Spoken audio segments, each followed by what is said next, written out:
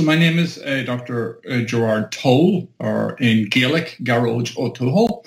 I am a professor of government and international affairs at Virginia Tech's program in Washington, D.C., the Washington, D.C. metro area. I'm part of the School of Public and International Affairs and did a program called Government and International Affairs. I think it's important that your viewers realize that my training and academic background is in political geography. I got my PhD in political geography in 1989, a very auspicious year. It was a great time to study geopolitics, and I wrote my dissertation it's called Critical Geopolitics, and later became a book on how we need to rethink the whole tradition of geopolitics. And I've been working in that domain since then. I initially focused very much on the history of certain thinkers in geopolitics, and then looked at geopolitical practice at a broad scale. But after I got tenure, I decided to change direction because I was sort of somewhat unsatisfied about the grand theorizing at the global scale. And so I wanted to look at something very, very concrete and particular. I'm originally from Ireland, from the border area between Northern Ireland and the South.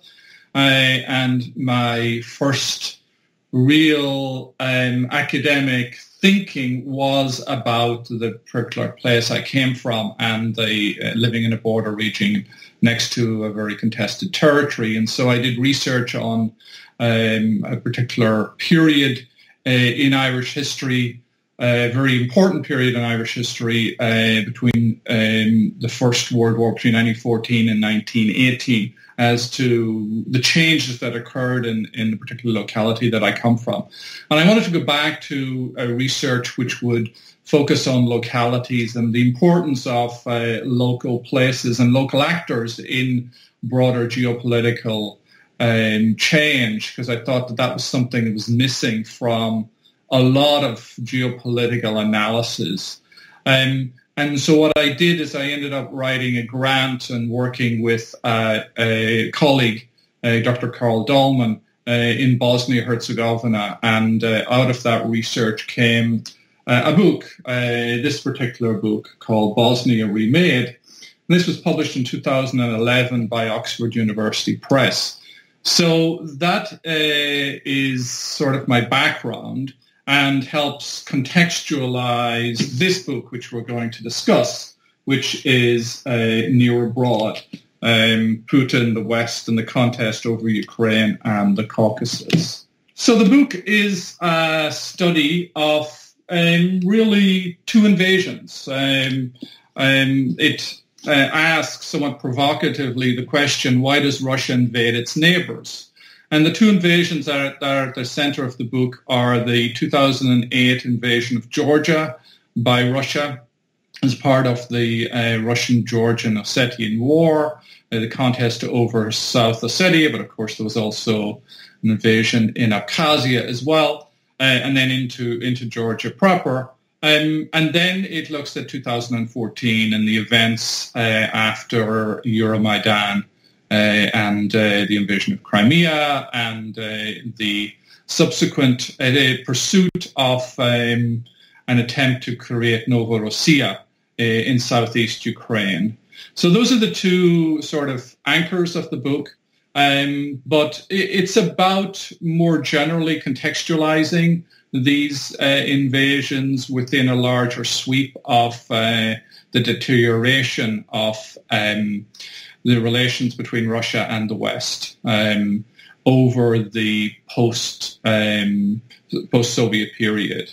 And I begin the book by talking about the first time I went to Russia, which was in September of 2001. And I just happened to have left my house in D.C. I was enjoying my third night in Stavropol, with some Russian friends and also with a Croatian friend and international academics. And then we go back to the hotel and we see the footage of the Twin Towers and then the attack in Washington, D.C. And so that was the beginning of a moment in U.S.-Russian relations, which seemed like it was a very promising one of a civilizational alliance against terrorism and barbarism. But from the very outset, I was aware as to the opportunistic nature of this particular alliance, because that previous night at this conference, there was a series of different toasts given by figures in the area. And there was one somber toast by a person who was associated with Memorial, the Russian human rights organization. And it was a sober one about the Second Chechen War that had just been launched and which was unfolding not that far from where we were in Stavropol. And so out of that, I developed a research proposal with some other academics that I've worked with down the years that are worth mentioning. Dr. John O'Loughlin, who's also Irish at the University of Colorado, Dr. Vladimir Kolosov, a Russian geographer, the Russian Academy of Science, the Institute of Geography. And what we did is we wanted to look at the ways in which 9/11 was resonating and was being used in Russian geopolitical culture. And so in part it was the ways in which it was being understood as a global Chechnya. So that the fight is the fight against radical Islamic terrorism. And so that, therefore, was an interesting moment of sort of cross-cultural appropriation that I found kind of very interesting, with major consequences for a conflict which had very, very important localized dimensions, which because you have this global discourse, all of those local dimensions get lost and get squashed, really. So part of my research since that time has been looking at conflicts in the North Caucasus and in the South Caucasus, and really trying to give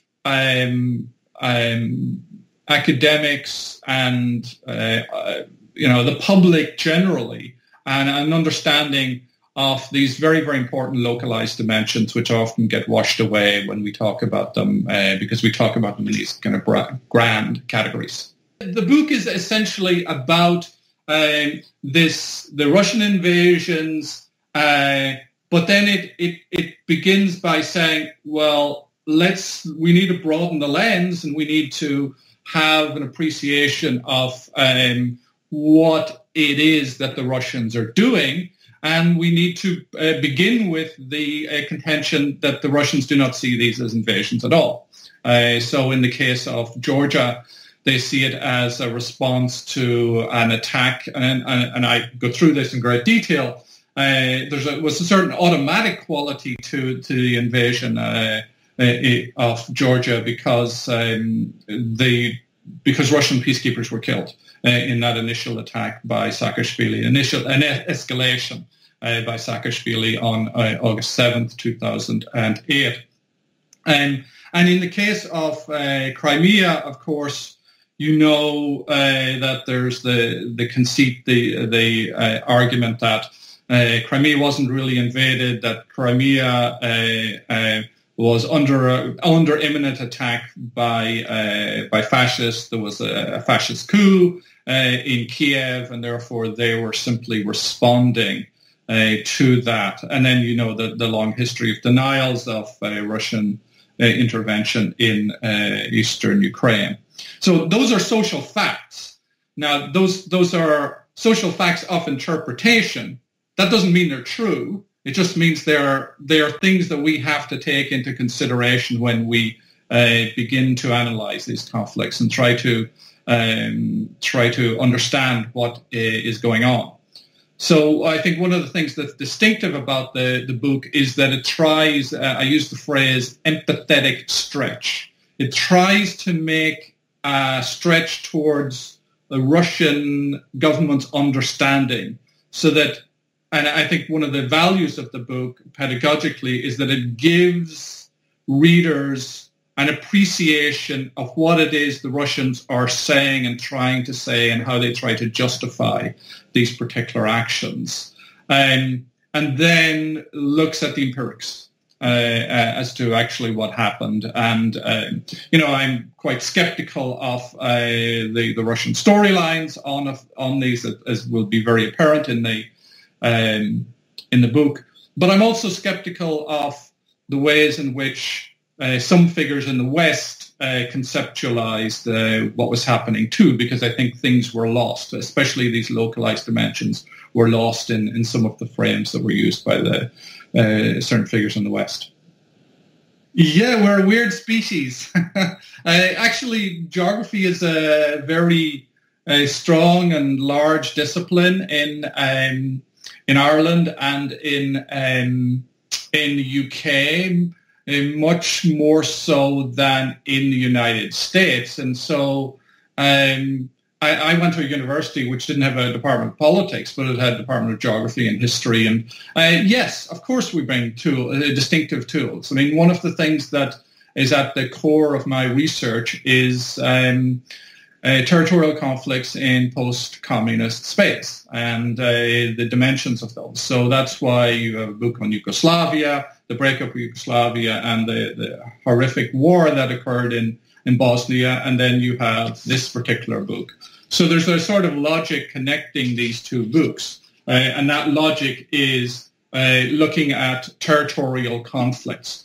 And so the tools that we bring, the book develops a critical geopolitical perspective and builds out three different concepts in critical geopolitics. Now, critical geopolitics is part of political geography. It's tradition in political geography. Those three concepts are geopolitical culture, geopolitical condition, and geopolitical field. The Novorossiya project failed because it did not have popular support amongst Ukrainians. This was a project which was conceived and at the heart, central to the imaginings of a small group of imperial nationalists in Russia and also in Ukraine. But it did not have large traction, did not have broad support amongst most Ukrainians. Now, it's worth underscoring it did have some support, and so one of the values of the book, I think, is that it provides you with social surveys. And thanks to the National Science Foundation, I was able to get some support to do surveys in Ukraine in December of 2014. And one of the questions that we asked in those surveys was about Novorossiya. And I actually wanted to ask a question which was very sort of polarizing. So the question was, is Novorossiya a legitimate expression of the self-determination desires of people, or is it Russian political technology designed to ruin Ukraine? And of course, so that's going to, really bring, you can also answer, do not know, refuse to say. But that's going to bring out whether people are supportive of it or not. And as you will see from the data that is in the book, my colleagues and I have also published an article on this, that's supported in Crimea.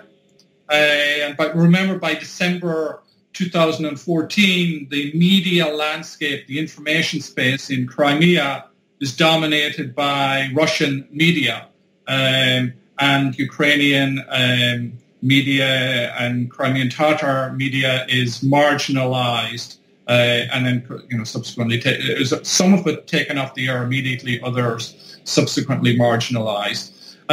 As opposed to southeast Ukraine, and we did 6 of the 8 oblasts. We didn't do surveys in Donetsk and Luhansk because there was a war going on there. But there was some support for it, particularly in Odessa and particularly in Kharkiv. And so that's worth remembering, that there, and sort of presenting that to people so that people grasp that there's a geopolitical divide. But why it failed? Because it did not have popular support, and also because the Ukrainian forces, Ukrainian nationalist forces, mobilized against it and pushed back and saw it for what it was, which was something that was sponsored by groups in Russia to serve their geopolitical interests. There's 3 points on this. First, no one knows. No one knows, and the joke is no one can get inside the head of Vladimir Putin and really know. And it's worth underscoring, there's a lot we do not know, including we do not know exactly how Euromaidan ended.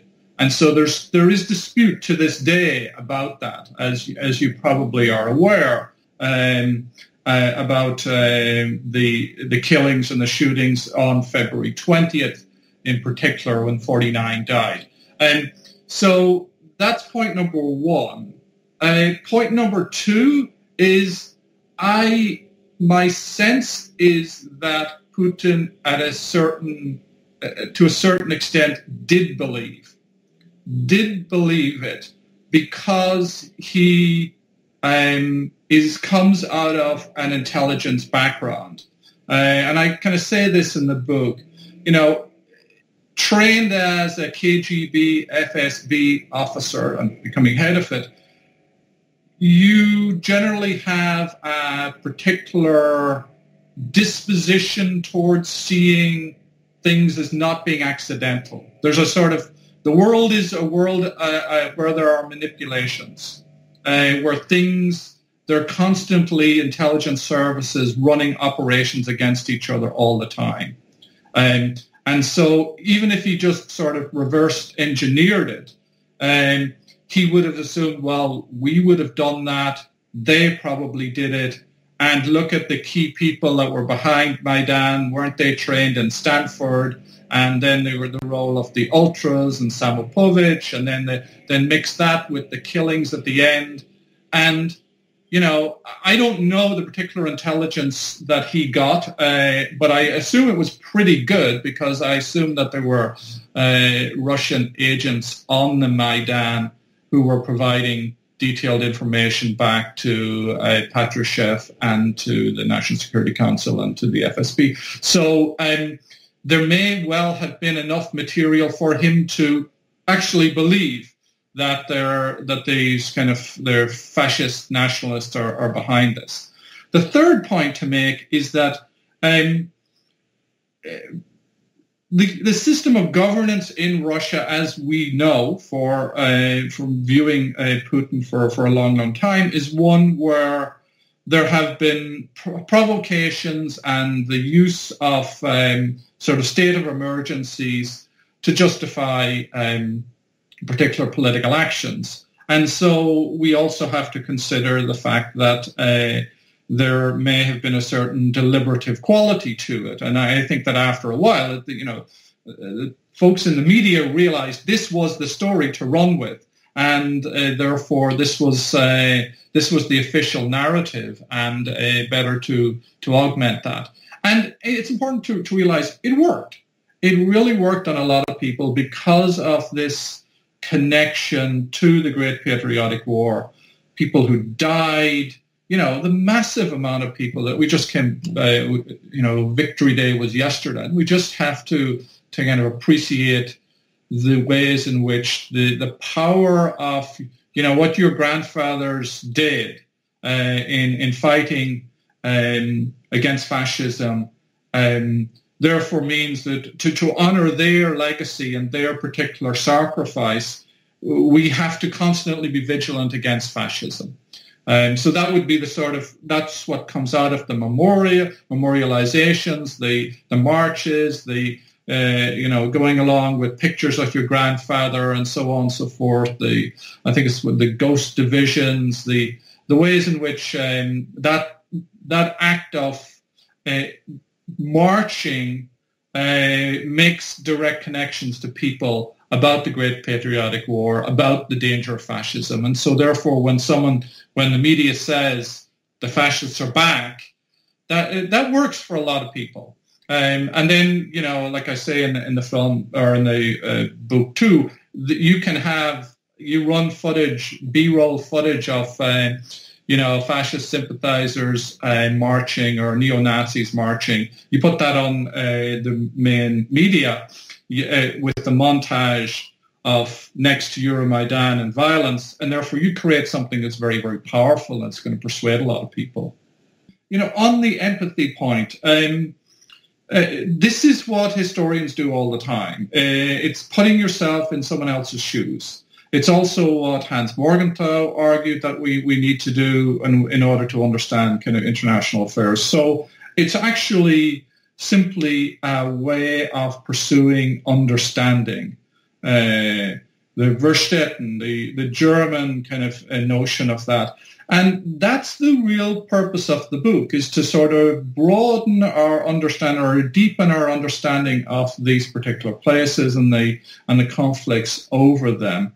And I also write that understanding is not justification in the book, and that is really very, very important to grasp. I do make the argument that you made about the fact that, in essence, Russia finds itself in a dead end here, that it has pursued greatness as understood from the perspective of the intelligence services, the military-industrial complex, and the power structure that exists within Russia today. But that power structure's concept of greatness is at odds with the needs of the country for modernization. And in order for it to modernize, it needs the West. And so this has been a self-defeating action on its part. And in part, the argument that I'm making is an argument for strategic patience on the part of the West, is that the West needs to be much more self-confident about the fact that this is an own goal or a self-inflicted wound that Russia has, that the Putin administration has pursued. It makes sense from their point of view, and it resonates with certain constituencies. It legitimates Putin for a while. But the economic contradictions the deepening economic difficulties that have come out of this particular annexation and this intervention have not served Russia well. And I think that there's quite a number of smart people in Russia who realize that.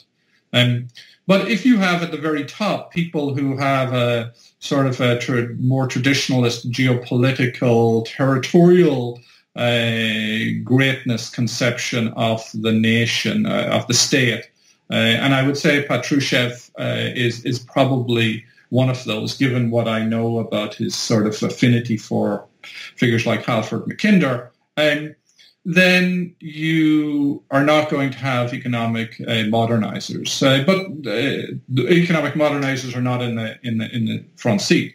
But the government is going to have to confront that contradiction and seek to get itself out of the corner that it has backed itself into with its particular actions. The whole process of doing research, I find, is constantly expanding what it is you know and kind of getting beyond preconceptions and the like. I think that the complexity of Abkhazia, for example, is something that I didn't really appreciate beforehand. And so Abkhazia as a multi-ethnic polity today, where the ethnic Abkhaz essentially run it as an ethnocracy, but the Armenian population, the ethnic Russian population, of course the Gali Georgians, make it a place which is very different from South Ossetia, which is ethnically homogenous now. And that's worth underscoring. And it's relevant because the recent treaty between Abkhazia and Russia is one that has caused quite a bit of disquiet amongst ethnic Abkhaz who see it as really infringing on their hard-earned independence. And so the degree to which they are compliant proxies of Russia is something that we need to just be skeptical of. There's I think a complexity there that can easily be ignored. The connections between South Ossetia and North Ossetia are counterintuitive because those mountains are huge, and the importance of the Rocky Tunnel, which was only opened in the late Soviet period, and I discussed that in the book. But that's really it's almost like it's a nationalism sustained by a tunnel. But that tunnel is so important because when we were in South Ossetia doing interviews there, we asked a younger generation whether they'd been to Georgia. And a lot of them, because they don't see South Ossetia as Georgia, a lot of them had not. Meanwhile, whereas the older generation had, of course, and some of them spoke Georgian, and some of them were even Georgian, or were mixed from mixed marriages, so-called mixed marriages. But a lot of the South Ossetians had been to North Ossetia, and also go every weekend. So there's a back and forth, and so asking where people where they move to, where they go for fun, their world. And for the Ossetians, it was North and South Ossetia. So it was Ossetia, Alania as a world in and of itself.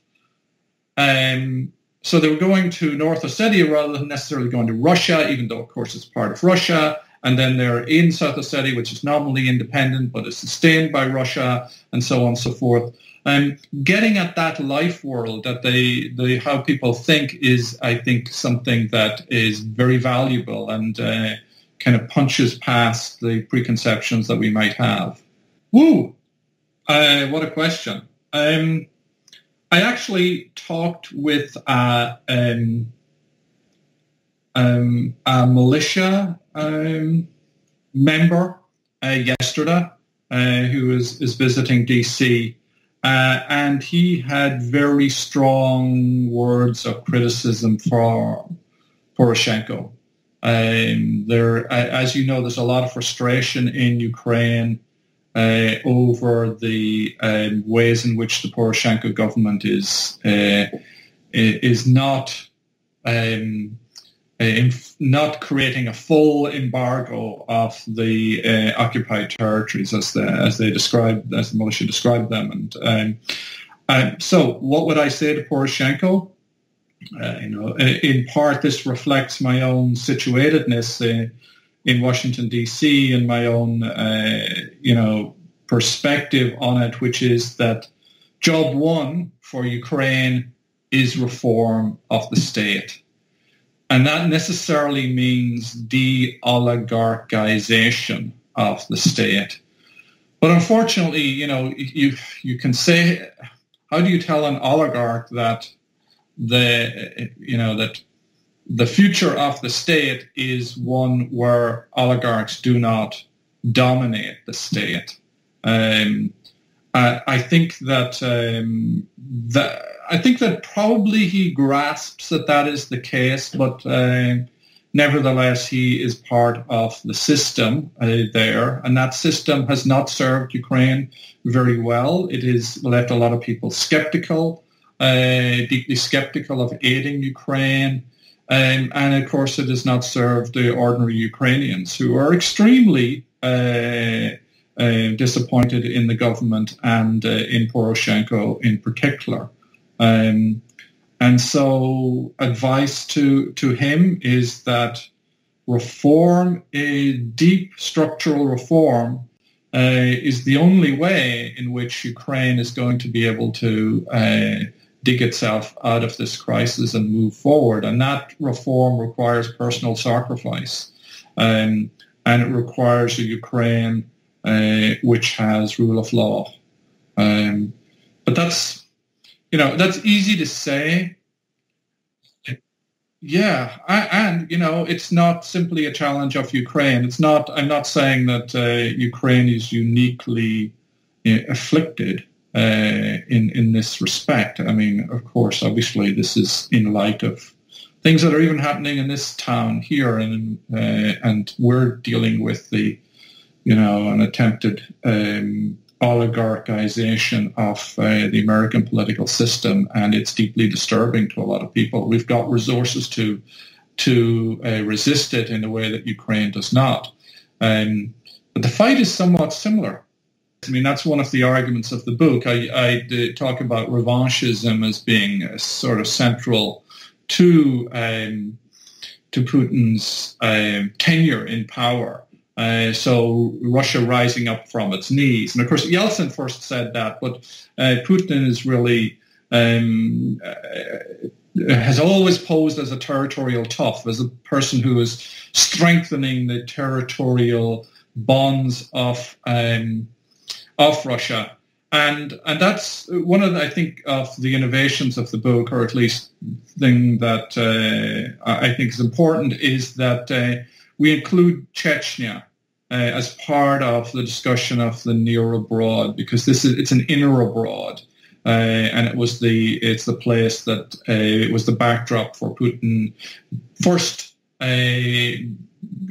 vaulting to prominence in Russia as a savior figure for the Russian state. And then subsequently, yes, the Orange Revolution was deeply embarrassing and frustrating to Putin because he had invested a lot, even though the evidence is that he had nothing but contempt from Yanukovych. But nevertheless, they sent a number of major political technologists there to try to make sure that Yanukovych had won that election, and then it was snatched away from them by the Orange forces, and so yes, there was always a